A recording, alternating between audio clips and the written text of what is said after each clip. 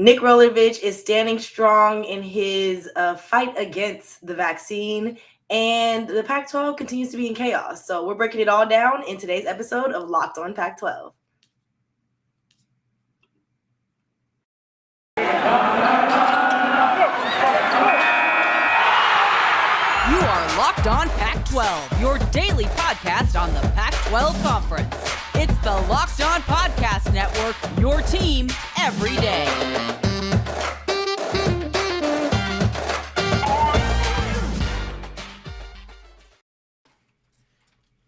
Okay, we had to get our little dance moves out during the music part of the show. Welcome to another episode of Locked On Pac-12 podcast, the part of the Locked On Network. Thank you so much for tuning in and making this your first listen of the day. We are free and available on all platforms, so make sure you check us out. Bryan is my co-host today, and I am your host, Cindy Robinson, from host of Locked On Pac-12 podcast, also Pac-12 former athlete, also ESPN social media specialist. Bryan Brown is from Locked On Utes, and I'm sure he gives you his whole spiel on his episodes. So, yeah. Do you want to who are you, Bryan? I'm just a dude with a microphone that somebody found that wanted to talk a lot. Okay. How I roll. Well, as of right now, we're your Pac-12 experts, and we are definitely going to break down all the chaos going on in the Pac-12, starting with the news from my Cougars, okay? It's some good news and some bad news. Winning. So the good news is the win, okay? We'll talk about the good news first. Just get that out the way because it's so exciting for the Cougars to see them fight against Oregon State, a team we were just raving about all last week, about how great they're doing, how they're upsetting the Pac-12, how they're one of 3 teams still undefeated amongst Pac-12 teams. And then all of that came crashing down Saturday afternoon, thanks to my Cougs. And that also contributed to the Pac-12 is chaotic situation story that's being told throughout this whole season, throughout years that we've, been having the Pac-12 conference. But we'll get to that later. As of right now, very excited for my Cougars to get that W. A good turn of events for them, a good confidence boost going into the rest of the season against, conference play. Shocked. I will say shocked. I'm not even going to lie to you. I watched the game. I watched a lot of Pac-12 games. I was very present on the Locked On Pac-12 podcast Twitter. So if you were engaging with me, it was me. It was me behind the keys this week. And on the ones and twos. And I did enjoy sitting at home and just watching a bunch of the Pac-12 games. You watched a lot of Pac-12 football this weekend. Weekend. And it wasn't really that many episodes. That many games. It was only like 4 or 5 games. This is this limited season this week for sure. Yeah. A lot of teams on bye. Super happy to see my Cougs pull off that win.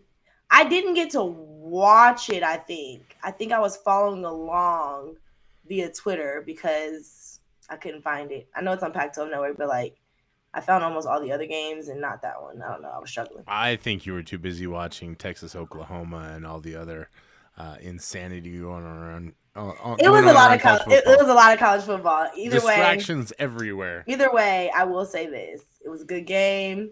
Saw some good plays from Washington State. Saw some good fight. They won. That's the biggest thing, right? That's the biggest thing they won. Okay, but on the flip side of that, we're rambling on about a win and not really giving no context. That's great. Win is great. Good for the Cougars. The distraction comes in with head coach Nick Rolovich. We are nearing the date, October 18th, that is basically going to be get vaccinated, get exempt, or get fired day for Nick Rolovich. And that is from the law, from the state of Washington, put in by Governor Jay Inslee. And at this point, it seems to be there's a split divide, I feel like, amongst Washingtonians. I do think majority of them are looking at him like, you're a distraction to the team right now. Why wouldn't you get vaccinated? Like, what example is that showing? And it's a little tricky because I do feel like a lot of people liked him when he came into that position, liked what he stood for, liked how he engaged with the community. And then now it probably started with the Cassidy Wood stuff, as far as, making him feel exiled from the team because he didn't want to risk, his health for playing and stuff last season. But it's continued now with Nick being the leader of this team and not wanting to get vaccinated and being the only, correct me if I'm wrong, not only the only Pac-12 coach, but the only college football head coach that is still unvaccinated. Yeah, still trying to not be vaccinated. I know there was one or two holdouts in the SEC, and you have to think that there's a few more across the whole entire landscape. But I think the disappointing part about it is that this is what we're talking about rather than Washington State's epic victory. And even Jaden DeLaura had to speak up on behalf of his coach. This is the part that really frustrates me about the whole situation. Jaden DeLaura should be up there as an amateur athlete talking about the 339 yards that he threw for, talking about him stepping into the role of the leader. And we talked about this a lot on the podcast. He's got to mature. He's got to be the guy in order for this Washington State offense to click. And he finally did it for a game, and it led to them winning. And it should have been a really joyous thing, but instead there's a reporter from the New York Times there asking him questions like, does it distract you that your coach is not vaccinated? We get an interview with June Jones who's saying, I'm begging him not to throw his career away over something like this. There's not a real strong religious, argument against what he's saying in terms of the fact that, he perceived to be a Catholic, maybe there's something else to it, and it's all going to be a blind evaluation. I don't want to get into that stuff, but I think the part that's really frustrating is that throughout this whole entire process, Nick Rolovich has not paid attention to the things that everybody else has been paying attention to, right? Even if you don't want to accept all the statistics and all the evidence out there about what COVID is, Nick Saban, at the end of the day, is the one who said that it's a competitive disadvantage if you're not vaccinated. And so when you're doing that, you're ruining things for your team and for everybody around you. Yeah, I will say I was reading that New York Times article about, this whole situation. And what stood out to me was him being upset that his former coach, spoke up on his behalf about still being unvaccinated and still seeking exemption from getting vaccinated was something he wanted to keep to himself. And I feel like he only wanted to keep it to himself because of the negative perception behind it and, all the bad publicity that he's getting behind it. But I do think that people have a right to know this is not I don't know. I know there's HIPAA stuff and all of that, but like if it's becoming a law that you as a public, worker, employee, whatever, have to be vaccinated. Like we as kids had to get vaccinated just to go to school. So it's not like this is far-fetched from rules that have already been in place before. I think that the main reason that anybody would be against it is because it's so new and not something that's been in place years before, it's time for them to do it. And I'm sure there's probably pushback when vaccination became a thing, for schooling. People were probably against it initially too, because you fear what you don't know, right? So right now, a lot of the fear behind the vaccine is that we really don't know the future side effects, all of that. But we do know that COVID has been killing hundreds of thousands of people rapidly. And if this is something that the one thing too is that, like, mind you, you're going to these medical facilities to get cured once you get COVID, right? So why would you not trust them to present you with something that could help prevent it or like soften the blow from it if you were to get it, right? You're muted. It wouldn't be an episode if I didn't mute myself, he said for the 100th time.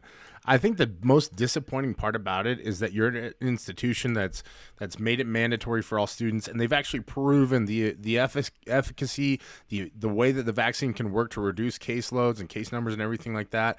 You're in essence saying that my choice is more important than everybody else's, and you should all have to agree with that. And that's not what I want to see from the leader of a team. Because when you're a part of a team, everybody has to make choices to concede some things that they believe in, right? Like, I believe that sprints are a terrible way to condition, but guess what? We still ran them, And that's one of those things that you have to do when you're part of a team, is you have to make concessions and do things that sometimes you don't want to do. Trying to plug in my camera here so that it doesn't die real quick. This is not great. It's okay. We you know what? We're going to continue this more about the Pac-12 chaos coming up while Bryan fixes his camera. I'm going to let you college football fanatics know about PrizePicks, okay? It's a daily fantasy made easy. I love it. Bryan loves it, so I know you will too. PrizePicks is a leader in college sports daily fantasy, offers more college football props than anyone in the world, and offers all the star players of the Power 5 as well as mid-major players that you might have never even heard of. So PrizePicks offers any prop you could think of, from yardage to touchdowns, even interceptions thrown. And all of the users that deposit and use the promo code Locked On will receive 100% instant deposit matchup to $100. Okay, you pick 2 to 5 players and an over and under on their projections, and you can win up to 10 times on any entry, and it's just you versus the projected numbers. PrizePicks allows mixed sports entries. You can take the over on LeBron, the under on Mahomes, all in the same entry. Like, how fun is that? Then you can use the award-winning app on your phone. Simple as that. You go to the App Store or Google Play, download it. It's right there at your fingertips. Entries can be made in 60 seconds or less. It's literally that easy. And PrizePicks is safe and offers fast withdrawals. So don't hesitate. Check out PrizePicks.com and use the promo code Locked On to make sure you get that bonus. And then head to the App Store and download the app today. Why not? PrizePicks is daily fantasy made easy. Okay, Bryan. So back to your thoughts about, before we get into the other chaos of the Pac-12. Back to your thoughts chaos I love. I know. Back to, really quickly though, to wrap it up about Nick Rolovich. I definitely feel like we'll have answers come next Monday because, you know, it'll be time up. I think what they said was that if he does not get exempt, he has the option to appeal the decision, resign or get fired, or take the vaccine. So he seems to be very adamant about not getting the vaccine. If he doesn't get the exemption and chooses to then get vaccinated, how upset are you going to be about him carrying all of this out? It's just been a humongous waste of time. That's the biggest problem. And as someone who runs a football team and has 125 players that love nothing more than to waste time during practice, he should know how important it is not to waste everybody's time. Yeah. This is the thing about coaches in general that frustrates me. Like, they kind of tend to think that they're the most important person in the room every single time. And, you know, as someone, we've both had to wait hours and hours on end for coaches to talk to the media. And I know that there's this battle between the two of us because we're supposed to be enemies. But maybe part of that is because you guys aren't doing the things that you're supposed to do to keep these relationships lively and promote things properly, you know? And more, we're seeing a lot of coaches out there kind of, you know, get exposed because of this. And that's kind of where I'm sitting with Nick Rolovich right now. Like, who wants to stand up and defend him? Yeah. Other than his players. And look, a lot of credit to Jaden Delora for saying what he said, right? And if I was a player at Washington State, I'd say the same things, because that's your team, that's your coach. You're going to go to battle for those people, and all these cliches that we love to use. But at the end of the day, like, he's not doing anybody any favors. And look, I'm all for people, you know, exercising their rights to do or not do things, but to think that choices come without any kind of consequences, we learned that in like grade school. So. Right. Okay, well, moving on, you just mentioned being exposed, and let the worst of the world tell it. The Pac-12 has been exposing themselves week in and week out to being just not good, quote unquote, because of the up and down play that we see. Or I wouldn't even say up and down play, but as much as we don't have consistent winners here in the Pac-12 conference. It's literally any given Saturday here at the Pac-12 conference. And I feel like this weekend was a great example of that. Washington State was able to seal a win against Oregon State, the team that we had basically not winning, but leading the Pac-12 at the moment. ASU is probably one of the most consistent teams right now, and they did what they had to do and secured their win against UCLA. Stanford. Had a bye. I'm trying to think of the UCLA game. It's just like we skipped Michael Luke this week. UCLA skipped right over Arizona. We didn't skip Michael Luke. He'll be on tomorrow. Don't do that to my buddy, okay? We love Michael. Come on now. But yes, UCLA did take down Arizona, although at one point I really was thinking like Arizona might come up with an upset here, and I was getting a little excited. But, UCLA came out with the win there. Who else? There was another game that I was kind of like, Arizona State handling Stanford, and then it's weird that you're forgetting the most important game of the week at all. I guess that's because you don't want to pay up on your bets. Like, how many tacos do I have to eat? I'm going to feel like a glutton with all these bets that I keep winning when it's my Utes versus your squads. Do I need to take Arizona in some of these bets? Whatever I got to do. I feel like maybe the Wildcats will start winning if I do that too. So this is why I do not like making bets. Because at least anywhere other than PrizePicks. People don't know how to be humble. You know what I mean? You don't know how to just take your win and good job. It's really just all the extras. Yes, Utah took down USC for the first time in the Coliseum, in the first time in 100 years or 105 years, yeah. Okay. And I think it was roughly 15 appearances overall during that stretch of time. And it's been a long century for the University of Utah in that regards, but on a very serious note, it was a burden lifted for a program that's been through a lot. And Monday the team was actually in Dallas at the funeral of Aaron Lowe, and there were a lot of tremendous stories to come from that. Sharif Shah told an amazing story. If you can find the clip on the internet, I think the Locked On Utes Twitter account has retweeted it. Laid him to rest next to his former teammate Ty Jordan, who was also killed. They shared the number 22 at the University of Utah. So a lot of cool things with that. But I think the coolest thing was a big win over USC, and it was the most complete, most impressive performance from the Utes to date. Cameron Rising was fantastic. Yes, he was. 305 yards, 80% completion rate, 3 TDs, 3 tutties, as we all say nowadays, no INTs. Earned himself Pac-12 Offensive Player of the Week award honors, and they looked like a team that was motivated and passionate about going out and getting a victory to honor a lost teammate. And, USC is not the USC that we're used to. I don't think there's any doubt about that. They looked lacking an energy, a vibe maybe that we've seen there in the past. I don't think this is a team that's playing cohesively. They're not playing confident. It doesn't look like or feel like they have a lot to play for within the walls of that program. I think the ugliest part about it is that, there was no sense of pride playing at home. I'm not going to act like they didn't fight at all. They didn't just roll over and give it to Utah, but I just expected so much more. There was just it seems like struggle to really make plays happen. Drake London was still great to watch, still a phenomenal player. Saw the hurdle into the touchdown, into the end zone. Here for that, track girl here. But other than that, I think what's his name? The running back that I always struggle saying his name. Vavae Malepeai? Yes, he had a nice touchdown too as well. So we did see some of the names that we had been talking about, since preseason, do what we expect them to do, but it still wasn't enough, Again, kudos to the Utah Utes for coming in and showing up. More than anything, like you said, they were motivated on a whole different level, and that could have gone 2 different ways. It could have been very emotional, and that could have affected their play. And it seems like they used that to their advantage instead, which I'm not mad about at all. So, if we had to lose to anybody and at any point in time, I feel like that was the perfect team to lose to. Just knowing that there was so much more for them in that game.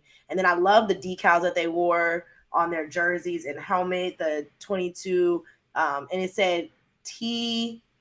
Did it say TL on it, or was it Ty? Yeah, TJAL. Yeah, TJAL. There you go. Long live 22. Yes, we retweeted it on the Locked On Pac-12 Twitter. It was very nice touch, and that's going to be on their uniforms and helmet, or I guess it was their practice or their warm-up shirts, and then their helmets is the decal on their helmets. Mm-hmm. Loved it. I saw some little snarky remarks made about USC that I don't necessarily want to repeat because I was very disappointed if that was true. So I'm gonna just say that congratulations to the Utes. Okay. and well deserved. They're a team now that you're kind of seeing put it all together at this point. I am looking forward to seeing how they continue to play because it could be good one week and not so great the next. So they've got a tough one this next week too, going up against ASU. Yes. And I think ASU is probably playing better football than anybody in the conference right now. Yeah. So but that's the gauntlet. We kind of started into this wanting to talk a little bit about the chaos of the Pac-12. That's the gauntlet that you go through every single week. We will. We're gonna talk about that coming up next. We will, because I have to give my 2 cents about everybody else's 2 cents that's being put in there. My 2 cents. That's to combat the 2 cents coming from the outside conference people. But before I get into that, for all of you that maybe looking for a healthier snack alternative to candy bars and all that good stuff, Built Bar is a protein bar that you will want to try. I promise you. They have 9 delicious flavors for you to choose from, all ranging from chocolate to mint brownie, raspberry, cherry, coconut almond, a little bit of something for everyone. And if you're someone that's a little adventurous, likes to try them all, there's a mix box for you, okay? It comes with 2 of all the 9 flavors, so you can try everything and share with someone or have it all for yourself, whichever you like, I'm not judging. Not only are Built Bars tasty, that was weird. They are healthy for you too. 17 to 18 grams of protein, low in sugar, low in net carbs, and low in calories, which is fat. So all for you to be healthy and tasty all in one. It's a good alternative, like I said, to candy. Try it out. Bryan loves them. That's all he talks about when we're on these episodes. And so for you, go to BuiltBar.com and use promo code LOCKED15 and you'll get 15% off your first order. Promo code LOCKED15 for 15% off at BuiltBar.com. I don't know why I be struggling sometimes to get those out. It's like a lot of information to retain, and then I start messing up. So I'm human, people. Don't pay me no mind. But anyways, back because you haven't had a Built Bar today. You need that good whey protein. I need the energy, right? I need the energy. Yes. You need that cherry lime flavor. Cherry lime sounds very. Tastes like a chocolate Starburst. What? Yeah. Mm-hmm. You're looking at me like I'm crazy, but it's good. I'm a little intrigued. Okay. Mm-hmm. as chaotic That's how they get you. That's how they got me too. Yeah. As chaotic as that sounds, it's probably very fitting for our conference. Pac-12 is very chaotic. If you don't know how things have been going, like one weekend, a certain team will be up. Like we'll give Oregon State as an example. Literally was one of 3 teams, Utah and ASU being the other teams that have not lost to a conference team yet. And then they go to the Palouse and take an L. And that's the most random team to lose to because Washington State hasn't been at the top of their game all season long. They secured a win against Cal as their first Pac-12 win, but took a major L to USC, to Utah. And so now it's shifted a little bit. Now everyone's kind of looking at Oregon State like they were frauds. And I don't necessarily believe that that's the case. Just because someone takes an L, one weekend, does not mean they're still not the team that you think they are. I think when it becomes consecutive and you start seeing major issues and flaws in their game plans, that's something to question, right? So like the same way we were questioning Oregon and like, yes, we ranked them last, but that was for the week. I'm not saying Oregon is not still Oregon and not the caliber of, being the top team in the Pac-12. But right now, if you're going by win percentage and all of that, ASU is leading the Pac-12. They're still undefeated against Pac-12 opponents. So is Utah, apparently. And they'll be facing each other this weekend. So, Bryan, I want to get from your opinion. I feel like, unfortunately, every weekend now, this is going to be the 3rd weekend for ASU, that each game is becoming more and more important. When they faced UCLA, it was like this could be the determining factor of who wins the Pac-12 South. And then after taking that win, it was like, oh, well, now you got to beat Stanford because they just beat Oregon. Mm-hmm. And then now it's you got to beat Utah because they just beat USC. So at this point, it kind of seems like ASU has a tough road to the ending, but they're showing up consistently. And I don't want you to go too deep into ASU as much as I want you to talk about like what Utah has to do in this game and how important it is for them. Well, I think more than anything, it's that rotating of the hat of where the road to the Pac-12 championship goes through. And initially it was UCLA, had some big wins early on, and then Arizona State went in and shut them down. And the biggest thing I think they exposed is that UCLA's defense is just not good enough to hold teams when they need to. And Arizona State broke it open against them and then continued to do it against Stanford. Stanford just didn't look like it was in sync. You know, those Friday night games have this weird mystique about them where things just never really seem to go the way that you expect them to.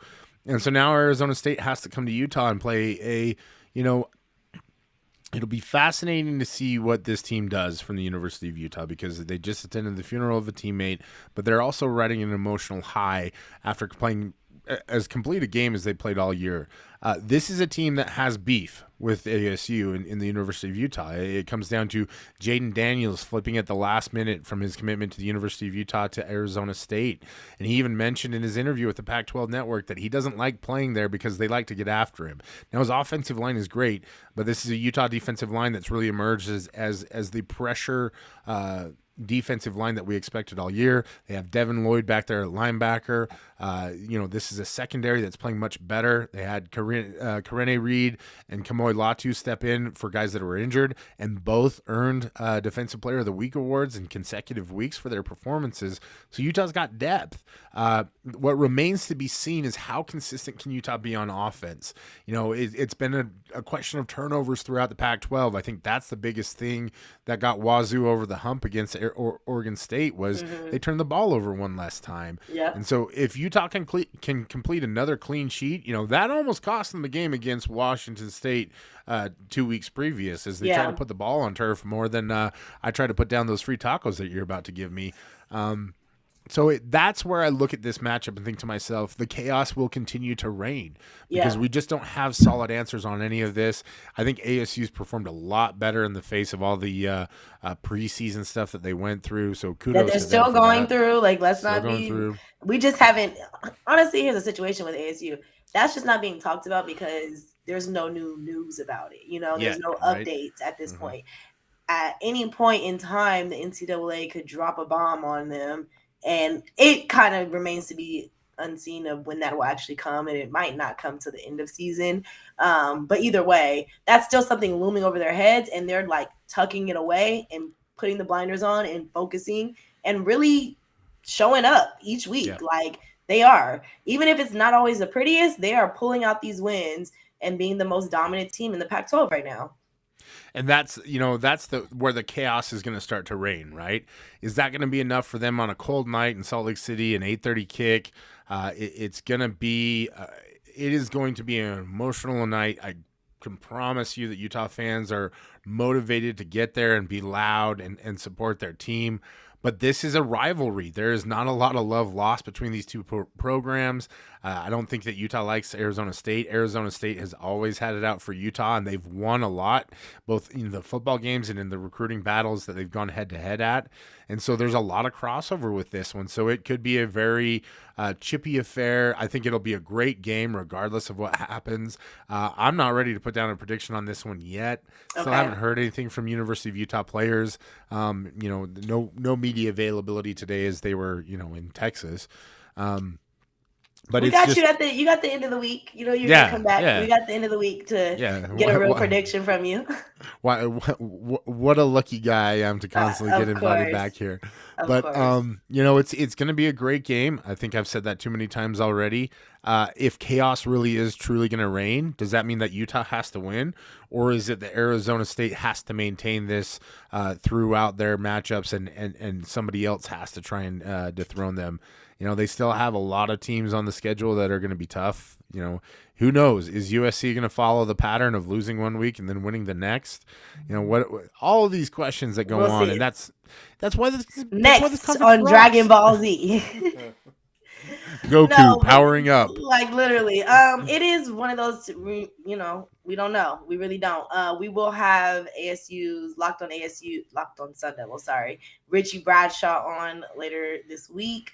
and to talk about, ASU's reign and like how they're doing. Him and Connor are on a high right now. Like watching them tweet through the weekend while the game was happening. Like everyone is just fully all Sun Devils is everything. Like they're the forks are up. Yeah, that's how everybody is right now. So for those of you that, need to follow along on Twitter and keep up with everything going on in the Pac-12, go ahead and hit that follow button at LO_Pac-12. And then if you want to keep up with what Utah Utes got going on over there, you can follow Locked On Utes at Locked On Utes.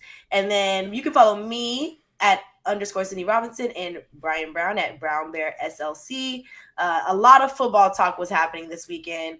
I was talking about my fantasy teams. I won all 3 leagues. Thank you. Anyways, and then thank you for listening and making this your first listen of the day. It's available on all platforms, Odyssey app, wherever you get your podcasts, and it's free. That's the best part. You can also subscribe, like, comment on YouTube, Locked On Pac-12 podcast. We are giving you more and more content day in and day out. Now, make your second listen of the day one of the other conference shows. We have Locked On SEC, Locked On ACC, and Locked On Big 12. So check those out. Learn some more about college football from the other conferences. See how maybe they're doing things a little better as far as, SEC football is so much better than Pac-12 football. Whatever. Anyways, I know that sounds like a hater move, but I just am so sick of everybody hating on the Pac-12. Like, you know what I'm saying? We're the conference of champions. Don't be hating. That's all I'm saying. The SEC finally got the memo that chaos should reign and Alabama losing. What a great storyline. Oh, so maybe your conference teams should defeat each other once in a while. Every now and then, don't hurt. It's a little, it's a little spicy. It's okay to lose a game. Has a little spice. Other than that, you guys, thank you for tuning in and listening. And make sure you stay locked on the Pac-12 on the Locked On Network.